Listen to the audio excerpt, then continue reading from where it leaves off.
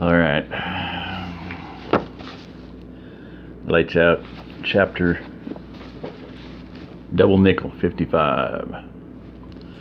Dum dum dum.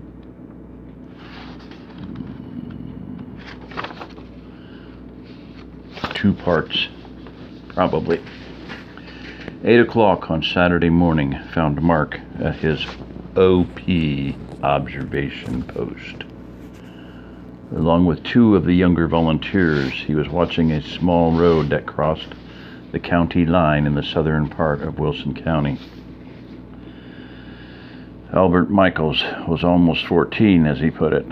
He was in the 8th grade with David, and the two of them were good friends. He lived with his mother and younger brother on one of the 1-acre lots. The third member of their observation group was a young man named Roman Santana. He was 17 and had moved into his grandparents' house with his mom, dad, and 2 sisters shortly after the burst. He was a very quiet boy. Albert was carrying his .22, which was the only rifle he owned. Roman had his grandfather's beautiful old Winchester bolt-action. OP-10 was on the south side of the road, about 1,000 yards from the county line.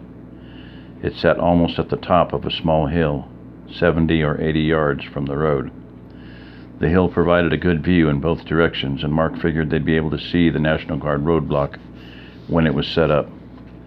They had piled up brush in front of a medium-sized oak tree to hide the observer. It was pretty comfortable to sit against the tree on a folded blanket, and as long as the person stayed still, there was little chance anyone from the road would spot him or her. They had a small campsite on the opposite side of the hill.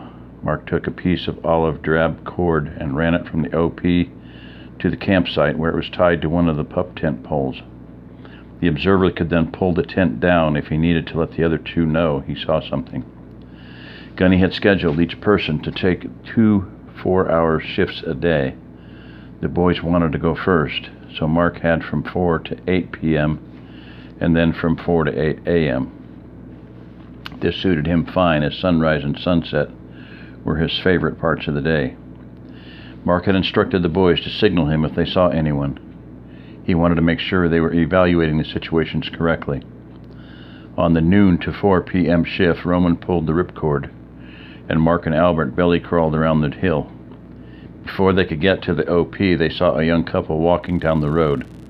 They were carrying large gym bags and no obvious firearms. Mark waited until they were well past and then finished crawling to the OP. He asked the young men what they thought, and both of their assessments coincided with Mark's. The couple was no threat and did not need to be reported. When 4 o'clock rolled around, Mark took over in the OP. With nothing to do but watch the road, his thoughts had plenty of time to torment him. He recounted the days since his family had left Waco. He prayed that he'd made a mistake and miscounted, but to his disappointment, he was right. It had now been 30 days. Even if they had only walked 6 miles a day, they should have been here by now. Mark didn't see how they wouldn't have made at least 8 or 10 miles a day. Mike, in his note, had estimated 15 to 18 miles a day.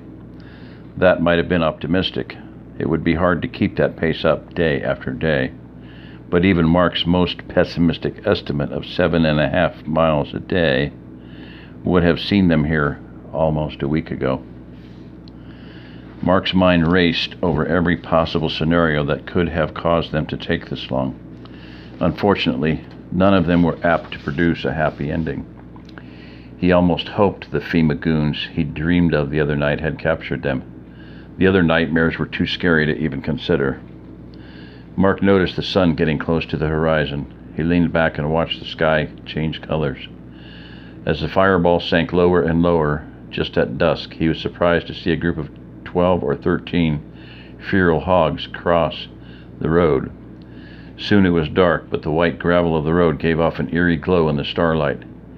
He saw nothing else move during his shift except for rabbits and fireflies. Time crept by slowly as his thoughts hammered his mind into a mush of chaotic goo. Finally, Albert came to relieve him. Mark made his way back to camp. warmed up a can of soup, and then tried to get some sleep. It wasn't hot out, but it was humid. Sleep came in fitful bouts. Finally, it was 4 a.m. and time for his turn in the OP. Mark leaned up against the oak tree and waited for his eyes to adjust to the dark. Now that he needed to stay awake, he found it hard to do so. He fought the urge to nod off for a long time, and then finally, the eastern sky started to lighten. He watched as the stars became invisible, and he was able to see more and more of his surroundings.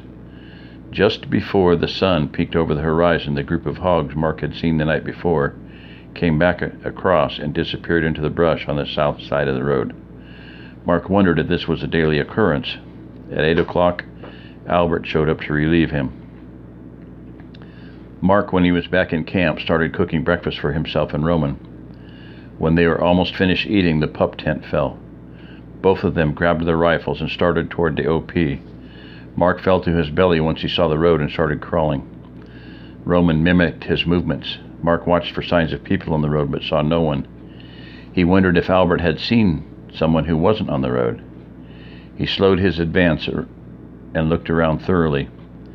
He couldn't see anyone or anything that seemed out of place. Eventually, he spotted Albert, who was frantically waving his arm for Mark to hurry up. Mark quickly crawled the remaining distance. "What's up, Albert?" "Gunny called for you," the young man answered. "What does he want?" Mark wondered out loud. He didn't say, but there was a lot of chatter on the radio about a dog attack at OP3. Albert said with a frightened look. Mark took the radio and called the CP. Gunny answered.